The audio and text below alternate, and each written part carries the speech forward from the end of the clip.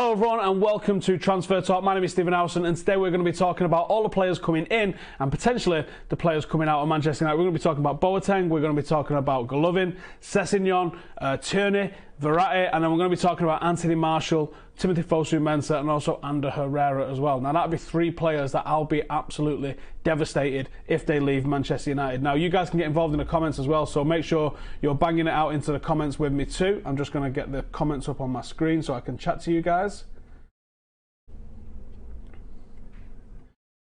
And back to my notes. Righty then, so the first one that we're going to be talking about is Jerome Boateng though. So this is from the Manchester Evening News and it says Manchester United are going to face competition from the Spanish clubs in their pursuit of Jerome Boateng, according to the reports in Germany.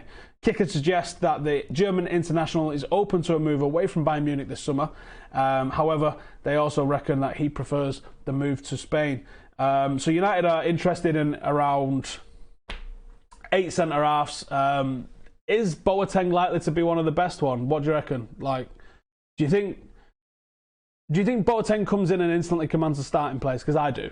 I think Boateng is probably better than what we've got. You've seen, this is a guy that's first choice for Bayern Munich. Bayern Munich aren't exactly a nobody side, are they? We need someone that's going to be commanding. We need somebody that's going to come in and actually make things happen in our defence and be reliable. As good as Bay's been, I think Jose Mourinho's probably going to have an issue with how little he's played for us in the couple of years that he's had him. If he did sign, do you think he would partner Eric Bailly? Do you think he would just slot in alongside him there as a centre-half partner? You guys let me know in the comments. I'll read some of these comments out. Do you think United would sign someone from Bayern? Now, I think it's not a coincidence that United have been linked with this guy since Bayern Munich have essentially come out and said, oh, we're willing to listen to offers for him. But I also think that if United don't look at this guy as a possibility, then we're doing ourselves a disservice, because this is a player that absolutely improves what we're looking to improve in an area that we are looking to improve. So I think that United should be looking at Boateng if he's available. Now, you never see United linked to like every single centre-half, do you? Because there's some with different situations and this, that and the other. But if there's a guy that's been basically told he can leave like this, then I think United have definitely got to look into him. James in the comments said, would I take Longley from Sevilla? Yeah, I did a video a couple of weeks ago where we looked at 5 centre-halves that Manchester United should be looking at, and Longley was on there. We saw, obviously, against Sevilla, how good he was against us. I think that's someone that's going to be going for it. Boateng, at this age, 29 years of age, he's 6'4". This is a guy that I think that Manchester United would be mega improved by. I don't know what the crack is with his attitude. I've never heard any major dramas with him. Is there an issue with him having spent a season or whatever, was it a season or 2 seasons at Manchester City? I think he only played about 15, 16 games for them. Is that going to be an issue for anybody? I don't know. I couldn't tell you the answer to that one, but what do you guys reckon? Let me know in the comments. Bailly and Boateng, or Boateng and Lindelof, if it's Eric Bailly that has to make way. What do you reckon of that as a centre-half partnership? Is that an upgrade on Jones and Smalling? I think it is an upgrade on Jones and Smalling. You guys let me know in the comments and I'll get through to some of them questions. The next one that we're going to talk about then is Golovin. Now this guy was one of the guys that was responsible yesterday for the cracking opening fixture that we saw with Russia and Saudi Arabia. I've got to be honest with you guys, I didn't expect to see a great game. I expected 0-0, 1-0, stuffy, cagey, people too nervous, football a little bit dire, but that wasn't the case, was it? That was one of the best opening fixtures that I can remember. Both teams went for it and both teams tried to play football. Now, maybe Saudi Arabia shouldn't have. Maybe they should have borrowed Jose's bus a little bit and tried to play defensive, counter-attacking football. But Russia played it excellent. And one of the reasons that they played it excellent was because Golovin had a fantastic game. 2 assists, 1 goal.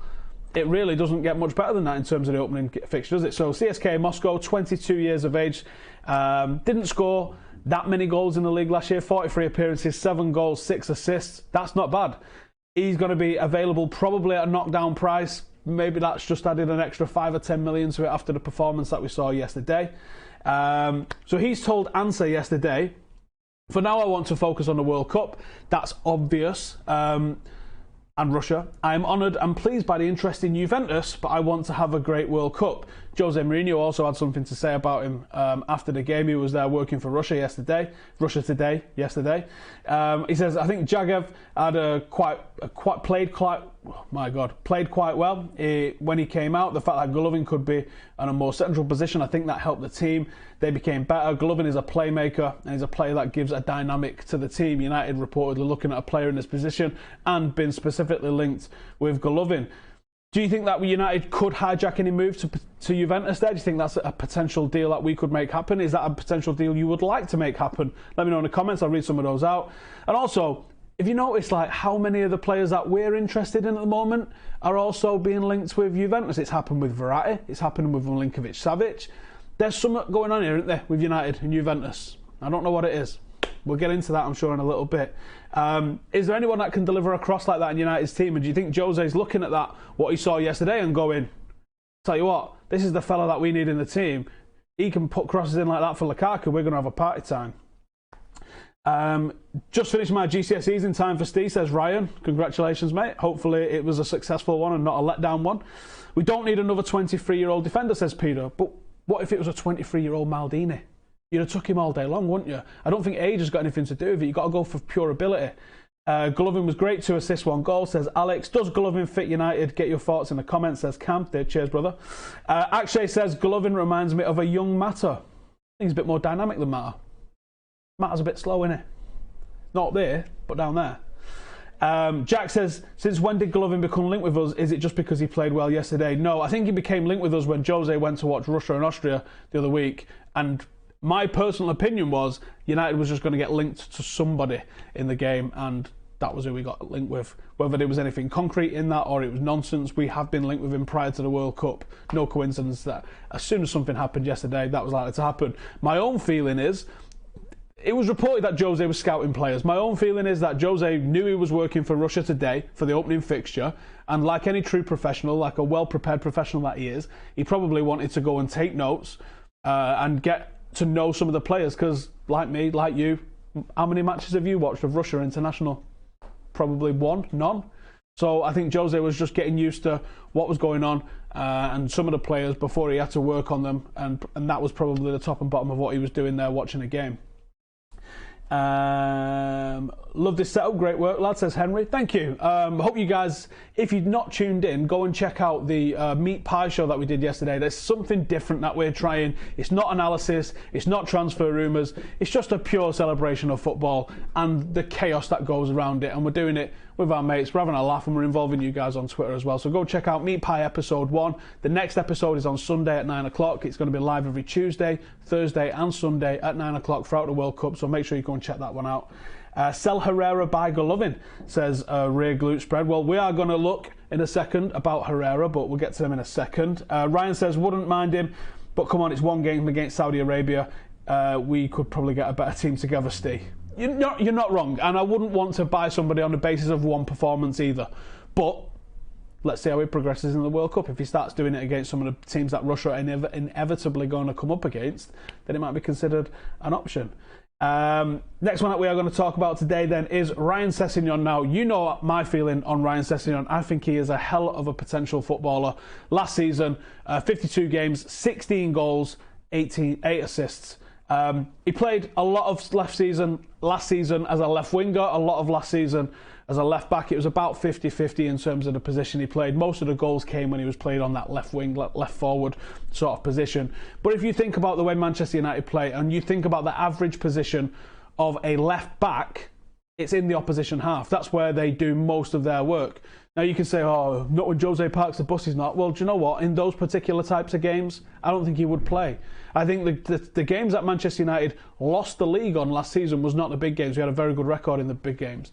We lost the league losing to Huddersfield and Newcastle and cocking it up against teams like that. That's where Manchester United lost ground on Manchester City.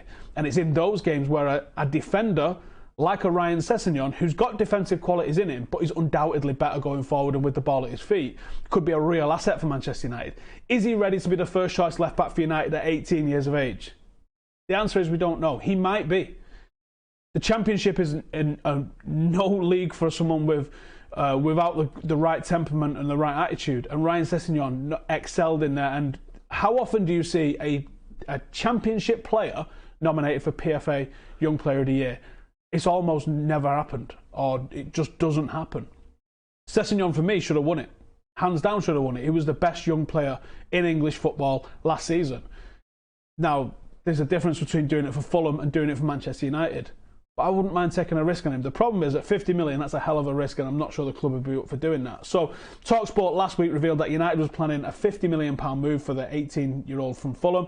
But Liverpool, Tottenham, Arsenal and Chelsea are all said to be interested, and Liverpool is said to be his preferred destination. That's a bit of a nightmare. I don't agree with that, and I definitely think TalkSport have got that wrong, because the word I was hearing was that all of the London teams was in for him, which is pretty much what he said there, plus United, but his preference was to stay in London. He's obviously a twin. He's probably extremely close to his family, so I think that his preferred choice is to stay in London and be that with a London club, or staying where he is at Fulham. I don't know. Fulham are maintaining their stance that he's not for sale in the summer whatsoever. So that could be a tactic from Fulham to get big bucks out of somebody. Let me know in the comments, what do you guys think? Is it worth taking a risk? Because for me, he's better than Luke Shaw at the moment when he's not getting played. He's better than Ashley Young by a country mile. What do you guys reckon? Let me know in the comments, and I'll get some of those read out right now. Michael Jones says Golovin looked like a future player, squad player for United. Would you play Sessegnon as a left wing back in a 3-5-2? Now, this might be another reason that we're linked with Sessegnon. It's a good comment, actually. I think that United are looking at being more fluid tactically. Jose Mourinho, you saw in pre-season last year, played a 3-5-2 virtually for the entire pre-season, I think except for the City game. And we had a bit of success with it. I know it's only pre-season, but we did have a little bit of success with it. Then the season starts, and we switch it straight back to 4 at the back. Now, does that mean that he was just trying things out, or was he working on specific things in those training sessions, or did he have it in his mind that last season he wanted to play 3-5-2, but we didn't get the signings in at the last minute to enable us to do that? You might be right. You might have the reason there why we're looking at someone like Sessegnon. Jack says, who would I prefer at left back, Sandro or Sessegnon? It's got to be Sandro. Sandro is probably better than him at the moment. I think probably you know what you're going to get. He's experienced. He's got he's got top level Champions League experience. You know what you're going to get with Sandro, I think, more than you do with Sessegnon. Now, I think Sessegnon could possibly overtake him, but that might take 4 or 5 years. Do we have the 4 or 5 years to be able to allow him to do that? That's the question mark that I don't know.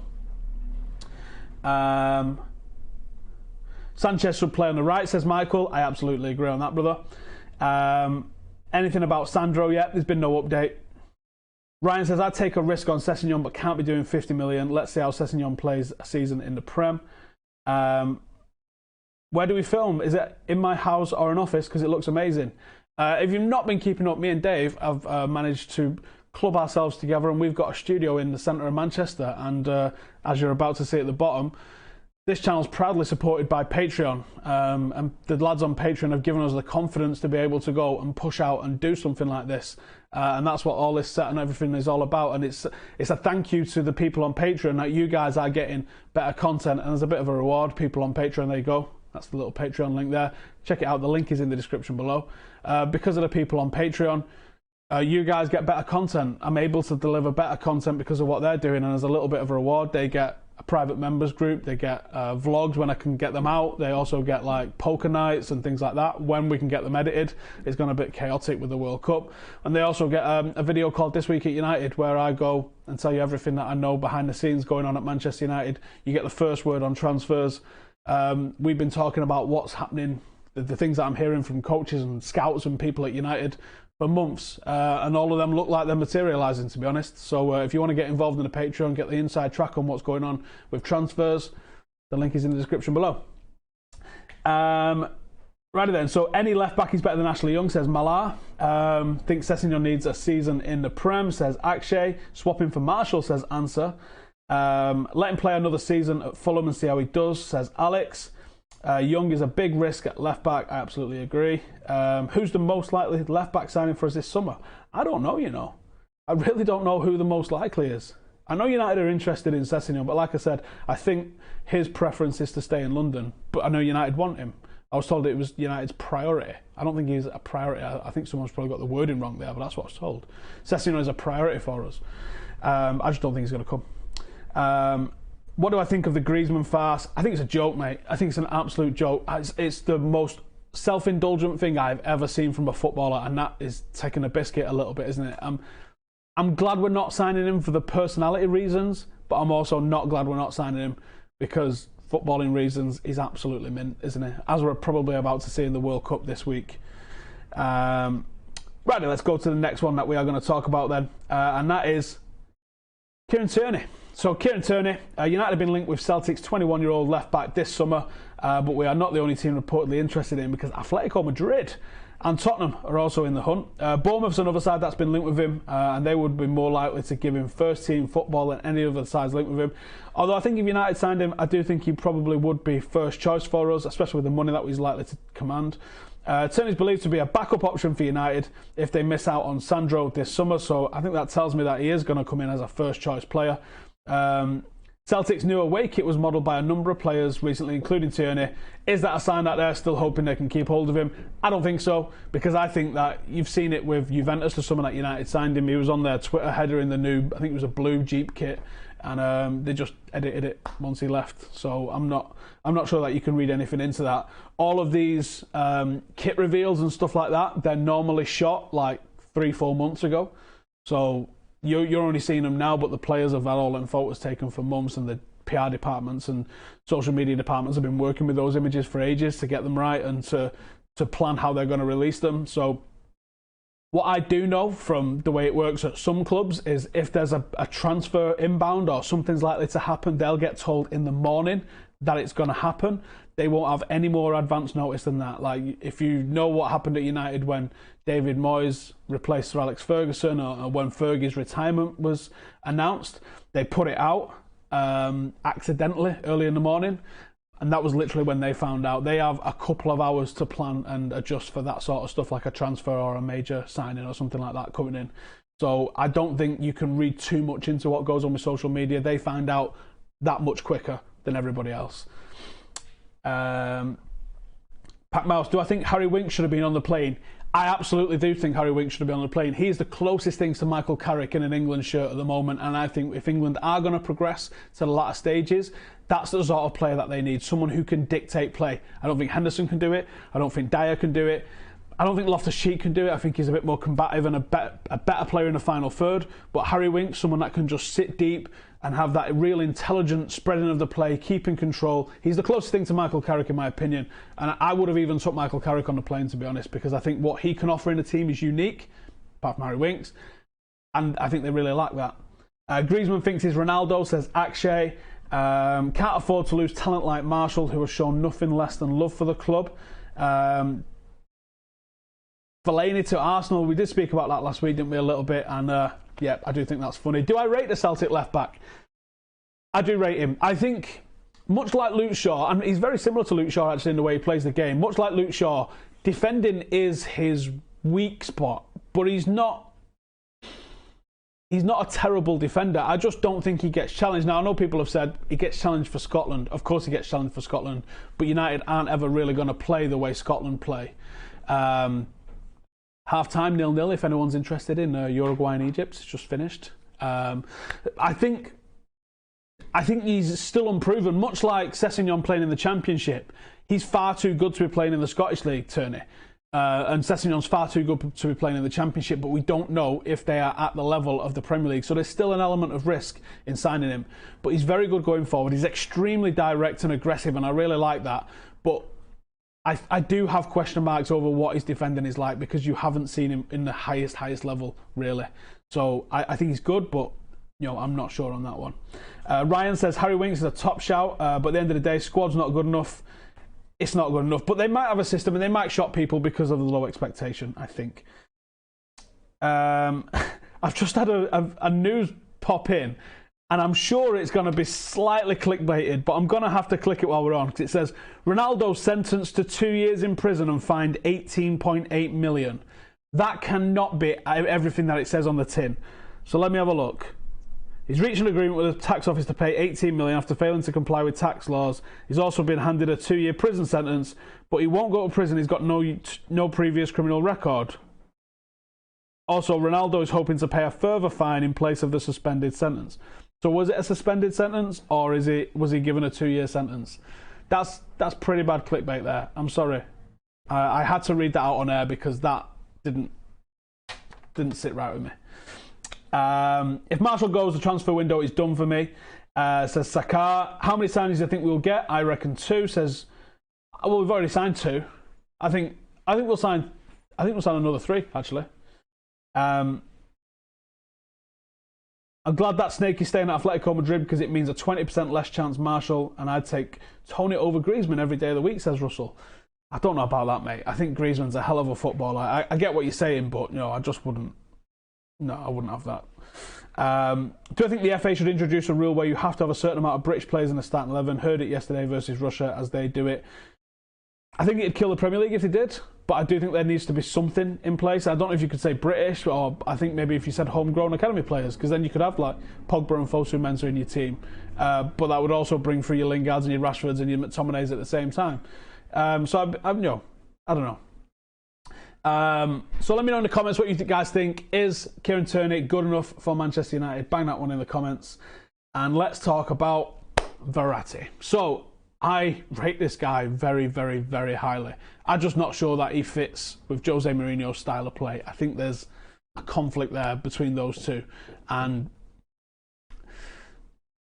when I look at the chance of Verratti coming in, totally different player to Milinkovic-Savic, but similar circumstances to Milinkovic-Savic, you go, yeah, I think United probably are interested in him and should be interested in him, but I don't see how you fit what we've already got. Now, I think Ander Herrera might be the guy that misses out, but you've got Paul Pogba, which, let's face it, is a £100 million player. There's no way he's going to be happy sitting on the sidelines. There's no way the board are going to be happy if he's sitting on the sidelines.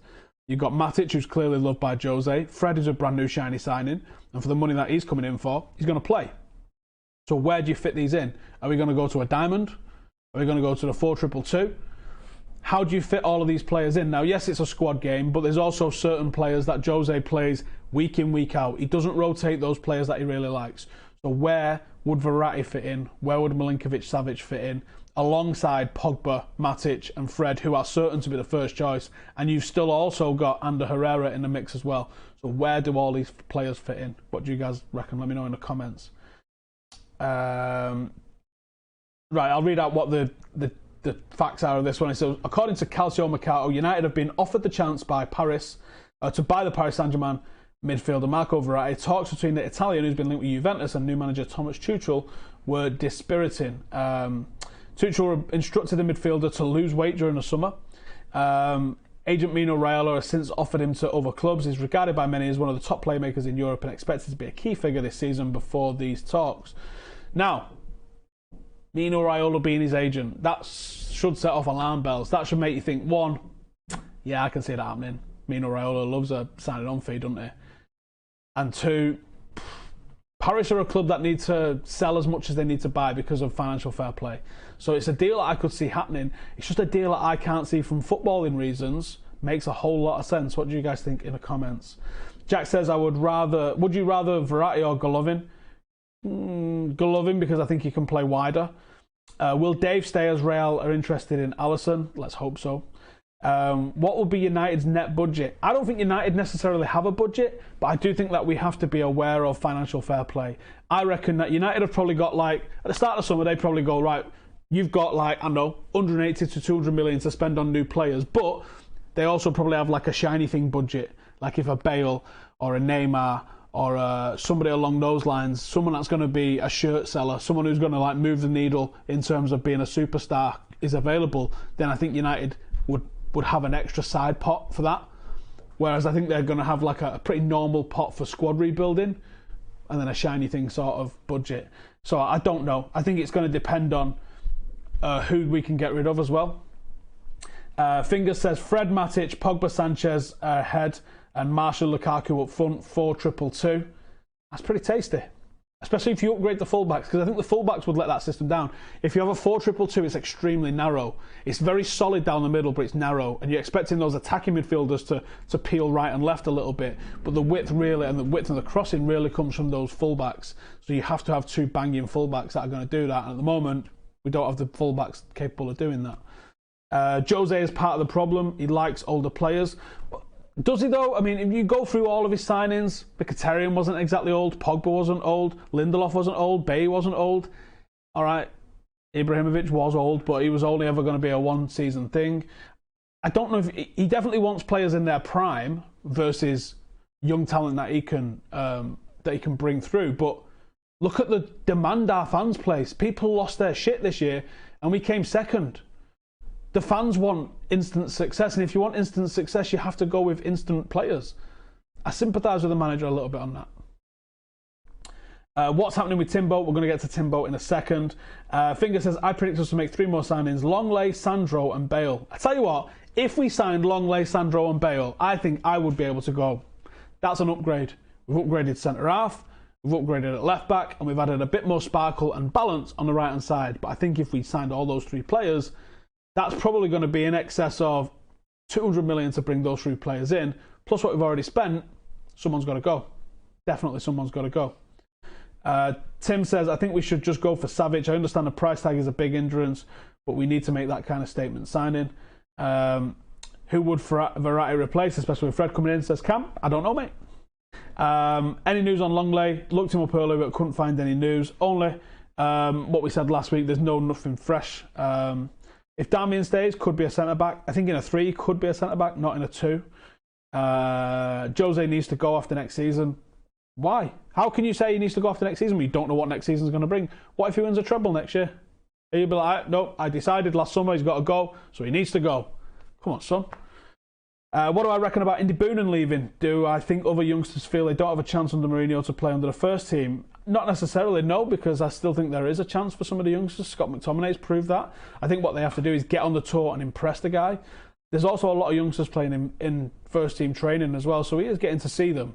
But the path to the first team needs to be a little bit better, I think. Certainly from Mourinho. But as I just said a minute ago, the fans are demanding. I was a little bit disappointed that he didn't use Watford game at the end of the season to blood a few more youngsters in. But such is life. Mike Taylor says Fred doesn't fit either. I disagree, mate. I think Fred does fit. I think Fred takes Herrera's role in a midfield 3, and then you've got Matic, Fred and Pogba. I think that's an excellent midfield. Adding an extra one into that, that's where it doesn't make sense for me. We shouldn't have signed Sanchez. You might be right. You might be right. Jose should be given at least 2 years. He demands results, if not anything else. Yeah.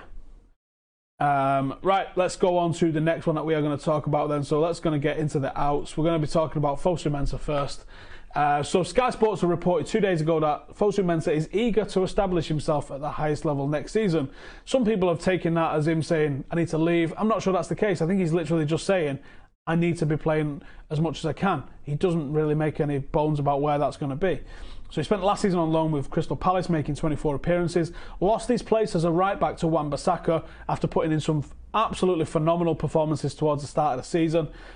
He's already going to face increased competition, certainly as a right-back and possibly as a left-back from Diego Dalot that we've just signed from Porto for 19 million. He's made 21 first-team appearances for United so far, a lot of those coming off the bench.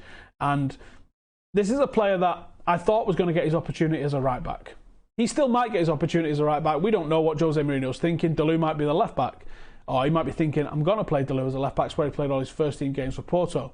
So there might still be a door open there for Timbo to be playing at right-back. But Timbo, for me, is a number 6. He's an aggressive midfielder in a Kante role where he's just going to tear ass around and block everything. But he's also good with the ball at his feet. He's got an excellent cross on him. And he's not got the shooting ability, and he certainly doesn't have the same kind of drive, but there's shades of Brian Robson about him. If he could develop a little bit more of a playing game, maybe Michael Carrick can work with him on that. I think he could be a phenomenal midfielder. The defensive instincts are already in him, and he's incredible defensively. You could also have him as backup as a centre-half, but I think you're better with Timbo when he's got the ball at his feet more often, because I think he delivers something there. I'd rather see, if we was going to bring a couple of youngsters through next season, I'd rather see Tuanzebe played at centre-half, because he is one of the most natural centre-halves I've ever seen. The loan at Villa wasn't great. They played him at right-back a lot. And some players can adapt. Played him right-back, played him left-back. But Tuanzebe is a centre-half through and through, and he doesn't really work as a left-back or a right-back. Play him at centre-half, you've got a hell of a footballer. And I think you put Timbo in front of him, let him be a number 6, let him just put fires out left, right and centre. And I think that's where Timbo's place is going to be. What do you guys think? Does he need to be loaned, or should he be part of the first team squad for next season? Let me know in the comments. Just going to check on the rest of those notes. What about Luke Shaw, says Glorious. I've consigned myself to him going. I think Jose just clearly doesn't rate him. I think he's going to go. Devon says Mourinho won't drop Matic. No, but maybe you could rotate Timbo in and out with him when he needs a rest, because he definitely needs a rest at times. Finger says, I really hope Marshall stays for next season, and Jose's giving him a fair chance to stake his claim at a first team position. I just think he sees too many people for that left wing at the moment. Fosu Mensah as a right back is wasted. He should be back up to match its thoughts. Yep, I agree.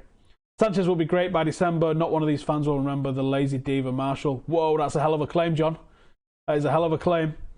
Daniel says, don't forget we have Andres Pereira coming back. Do we, though? Is Tuanzebe staying this season or getting loaned out? I haven't heard either way. I hope he stays. How about Roshan and Axel, says Thomas. I reckon Roshan's probably due for a loan out now. He doesn't need to be staying in the 23s next season and getting wasted. He needs to go out and prove himself on loan somewhere, and I think he will do just that. That kid is a leader, along with Tyrell Warren, someone I've got really high hopes for at United as well. Right then, let's talk about Anthony Marshall. So the Metro reported yesterday the Frenchman's agent confirmed on Wednesday night that his client has decided to leave United and suggested Sanchez's arrival in January is a turning point for him. You wouldn't blame him, and I think his agent's probably talking 100% correct in what he's saying there, that he wants to leave. There's a lot of talk coming in from Old Trafford as well that he's gone. So we've been talking about this on Patreon. If you do want to know more, I'll go into more depth in Patreon. Check out the link below if you're interested in getting into that.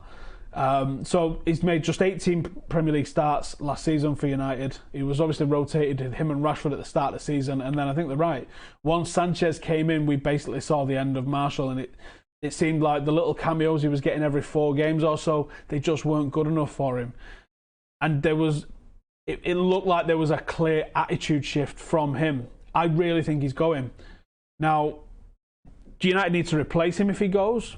How much do you think we should be letting him go for, considering that we signed him for 36, rising to, I think, 50 with the add-ons if we won the league and he won the Ballon d'Or and stuff like that. Neither of those things have happened.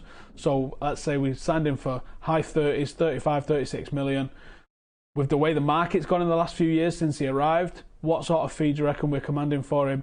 Do we have to use him as a bit of bait to try and get another player in? Do we need to be going to Juventus and trying to offer him them in return for Sandro, perhaps? Is that something that you could see happening? Let me know in the comments. I'm going to read them out. Let's see what we are saying.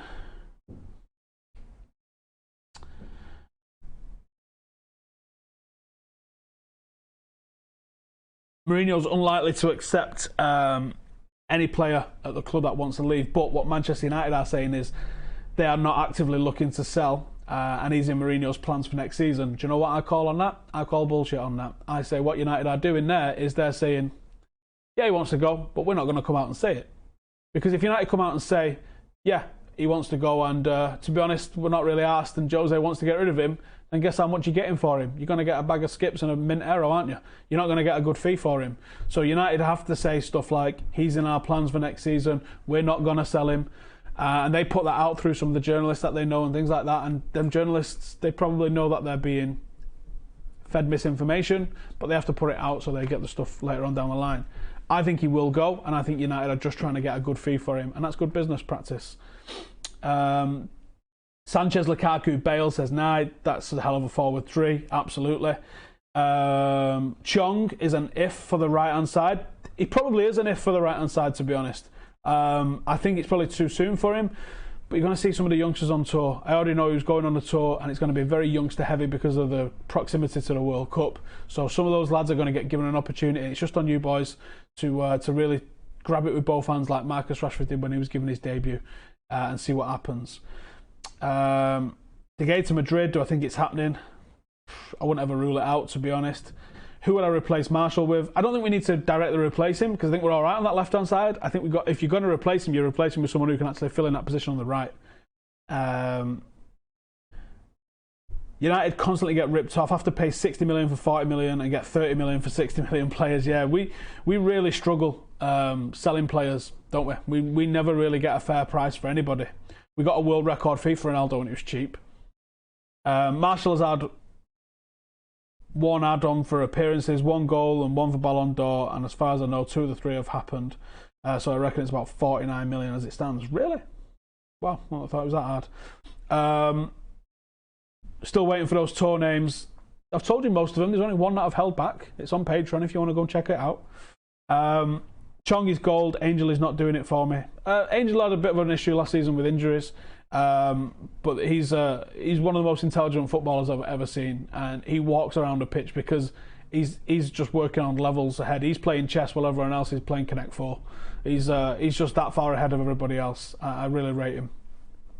And Ander Herrera is the last one that we're going to talk about on the outs.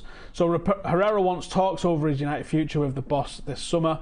His role at United first team began to diminish a little bit last season, and the signing of Fred from Shakhtar is definitely going to be raising more doubts over his future. There was a lot of talk last season that he was going to Barcelona to link up with Valverde, and I don't know if those talks have gone away. And I think that was why he wasn't played a lot towards the start of this last season. And I would fully expect Ander Herrera to leave Manchester United this summer, especially with he's saying he wants talks. Is that a move? Is he playing the game, if you like, there with Jose saying, I want to talk and this, that and the other, and then we'll see who comes in for him, X, Y and Z. I don't know is the answer to that. If he goes to Barcelona and ends up playing first team for Barcelona and you think, what have we wasted there? I think there's issues and there's limitations to Ander Herrera's play, but I think we lack someone that's got that sort of bite, that drive, that intelligence, and that downright shithousery.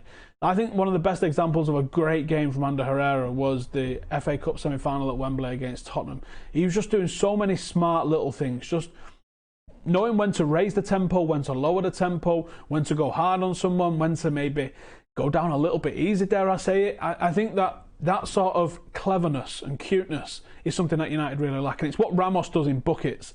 And because of that, he's an absolute winner. And I get the same kind of vibe off Ander Herrera. I just don't think that the output of him as a footballer is where it really needs to be.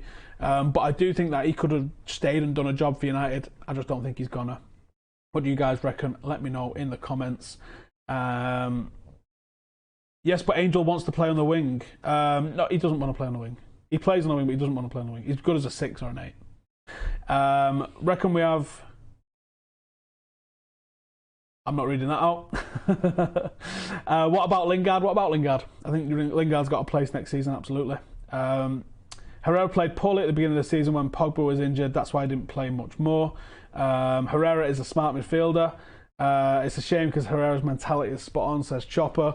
Yep, I agree with all of those comments, but again, I also think he's probably going to be going. Right, I am going to wrap it up there. If you haven't already, go and check out Meat Pie episode 1. We're back on Sunday with that. I've got more World Cup favourites, team previews coming out as well. I did all the underdogs last week. I started with Spain this morning, so go and check that out. A bit of a team profile showing you what they're all about and who they're all about and what sort of starting 11s I think they're going to be doing and this, that and the other. I will have a preview out for the England game on Sunday, so make sure to check that one out. Thank you guys for watching. Please give the video a like if you've enjoyed the content. Check out Patreon, subscribe, and I will see you in the next one. Laters. Welcome to the Stephen Howson Football Channel. This is where I will take you through everything that I do revolving around football, be it that at Old Trafford or elsewhere. This is where you will get your match previews, your reviews, your football vlogs, your scout reports, your transfer talk, your youth reviews, your documentaries and anything and everything revolving around football. I absolutely love this game. Do me a favour and subscribe. Thank you for watching.